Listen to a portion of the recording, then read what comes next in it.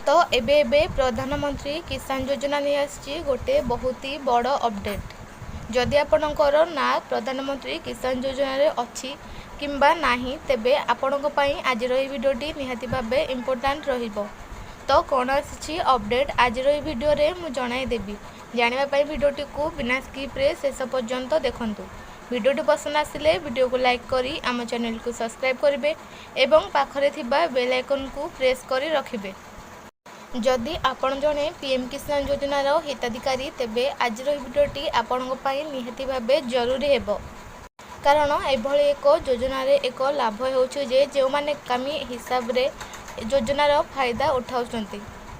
निर्वाचन परे बहुत कृषक मानकर नाम एही योजनार कटा हेबाकू जाउछि, जहा फल रे कि से माने आउ प्रधानमंत्री किसान योजनार टंका पाइबे नाही। पूर्वथर मध्य प्रधानमंत्री किसान योजना लिस्ट रु केतेक कृषकंकर नाम कटा जाई दिया जाइथिला। तो एबे पुणी थरे अपडेट आसी जे जो माने प्रधानमंत्री किसान योजनार अयोग्य हिताधिकारी सेमानकर नाम बहुत जल्दी काटी दिया हबाकू जाउछि।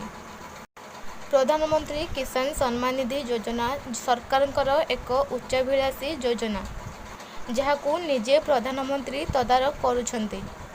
तेणु एही योजना रे कौनसी ठकेई बर्दाश्त करा जिवो नाही। तेणु एभली चाषी मानकू चिन्हट करिबा पई निर्देश दिया जाइछि, जहा द्वारा योग्य कृषक माने एही योजनार लाभ पाई परिबे। अनेक थर योग्य हिताधिकारी माने अकामी जोगु एहार लाभ उठाई पारि नाहांती।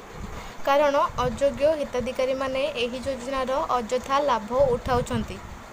एही योजना सह जड़ित वरिष्ठ लोक माने अनुमान करिछंती जे निर्वाचन परे अयोग्य चाषी मानकर नाम हटा हेबाकू जाउछि। एहा सहित जदि आपणकर नाम प्रधानमंत्री किसान योजना रे अछि आउ आपण जदि केवाईसी करिनाहांती तेबे प्रधानमंत्री किसान योजनार परवर्ती किस्ती टंका आपण आउ पाइबे नाही। तेणु आगरु ही प्रधानमंत्री किसान योजनार केवाईसी कंप्लीट करि नियंतु।